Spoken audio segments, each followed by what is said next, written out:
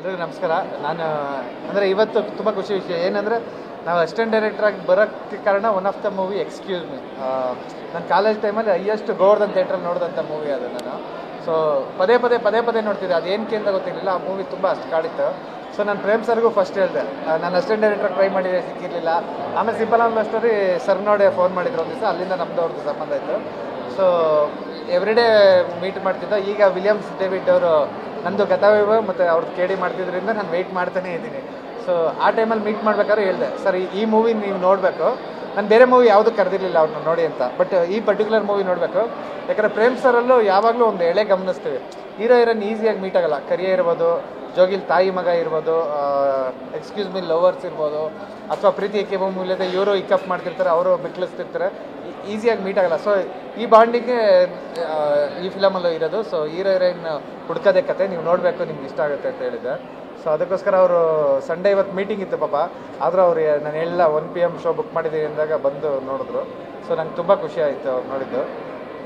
ಅವ್ರಿಗೂ ತುಂಬ ಇಷ್ಟ ಆಯಿತು. ನಾನು ಹೇಳಿದೆ, ನೀವೇನಿದೆ ಫ್ರ್ಯಾಂಕಾಗಿ ಅದನ್ನೇ ಹೇಳಿ, ಪರವಾಗಿಲ್ಲ. ಯಾಕಂದರೆ ಎಲ್ಲರೂ ಹೇಳಿದ್ದಾರೆ, ನೀವು ಅಕಸ್ಮಾತ್ ನೆಗೆಟಿವ್ ಹೇಳಿದ್ರು ನನಗೆ ಓಕೆ ಇದೆ ಅಂತ.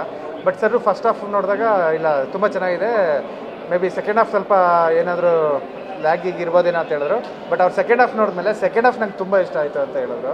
ಸೊ ಮೋರ್ ಅವ್ರ ಅಂದರೆ ಜೋಗಿ ಪ್ರೇಮ್ ಅವ್ರು ಅಂದರೆ ಗೊತ್ತು, ಮೋರ್ ಅವ್ರ ಎಮೋಷನ್ಸು.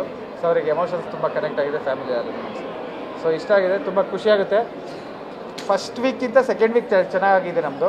ಎಲ್ಲರಿಗೂ ಗೊತ್ತಿರೋ ಫಸ್ಟ್ ವೀಕ್ ಔಟ್ಸೈಡಲ್ಲಿ ಆಗಿದ್ದು, ಬಟ್ ಔಟ್ಸೈಡೇ ನಂಗೆ ಆಗಿರಲಿಲ್ಲ. ಬಟ್ ಸೆಕೆಂಡ್ ವೀಕ್ ಎಲ್ಲೆಲ್ಲಿ ಹಾಕಿದ್ವಿ ಅಷ್ಟೂ ಆಲ್ಮೋಸ್ಟ್ ಇವತ್ತು ಬೆಂಗಳೂರು, ಮೈಸೂರು, ಶಿವಮೊಗ್ಗ, ದಾವಣಗೆರೆ ಹೌಸ್ಫುಲ್ ಹೋಗಿದೆ. ನಿನ್ನೆನೂ ಹೋಗಿತ್ತು, ಇವತ್ತು ಹೋಗಿದೆ.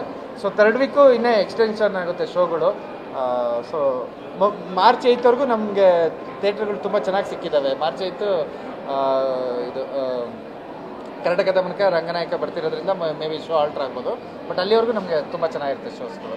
ಸೊ ನಿಮ್ಮ ಮೀಡಿಯಾದವರು ಸಪೋರ್ಟ್ ಮಾಡಿರೋದಕ್ಕೆ, ಅಂದರೆ ಪ್ರತಿ ಟೈಮು ನಮಗೆ ಸಪೋರ್ಟಿವ್ ಆಗಿ ಬೆನ್ನೆಲುಬಾಗಿ ನಿಂತಿದ್ರೆ, ಈ ಸಿನಿಮಾ ಗೆಲ್ಲಿಸ್ಬೇಕು ಅಂತ ನಾವು ಹೆಂಗೆ ಪಣ ತೊಟ್ಟಿದ್ದೀವಿ ಹಾಗೆ ನೀವು ಪಣ ತೊಟ್ಟಿದ್ದೀರಾ. ಸೊ ನಿಮಗೆ ಥ್ಯಾಂಕ್ಸ್.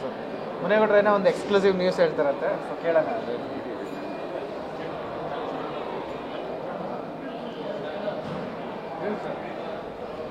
ಈಗ ಇವ್ರ ಜೊತೆ ಈ ಒಂದು ಥರ ಪ್ರೇಮ ಕಥೆ ನೋಡಿದ ಮೇಲೆ ಸರ್ ಜೊತೆ ಒಂದು ಸಿನಿಮಾ ಮಾಡಬೇಕು ಅಂತೀವಿ. ನಮ್ಮ ಬ್ಯಾನರಿಂದ ಒಂದು ಸಿನಿಮಾ ದೊಡ್ಡ ಮಟ್ಟದಲ್ಲಿ ನಾವು ಮಾಡ್ತೀವಿ.